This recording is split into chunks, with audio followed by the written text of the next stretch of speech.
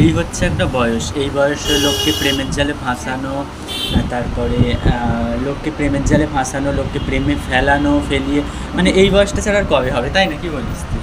না মানে লোককে প্রেমের জালে ফাঁসানো যাবে না এখন, না, তাই তো?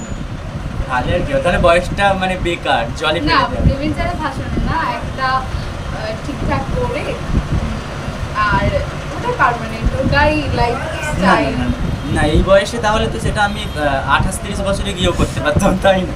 তো এখন একটু ফাঁসানো দরকার কারো। তোমার চয়েস যেমন তুমি তেমন করো।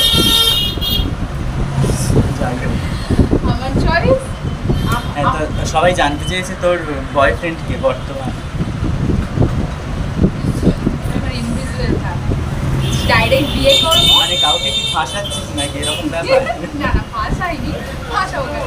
ওই কাকুটাকে ফাঁসাবি তুই? ফাঁসাও